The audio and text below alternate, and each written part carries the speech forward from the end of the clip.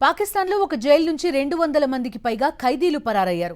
భూకంపం రావడంతో ఇదే అదనుగా అధికారుల కళ్లుగప్పి తప్పించుకుపోయారు. కరాచీలోని బచ్చా జైల్లో ఈ ఘటన జరిగింది.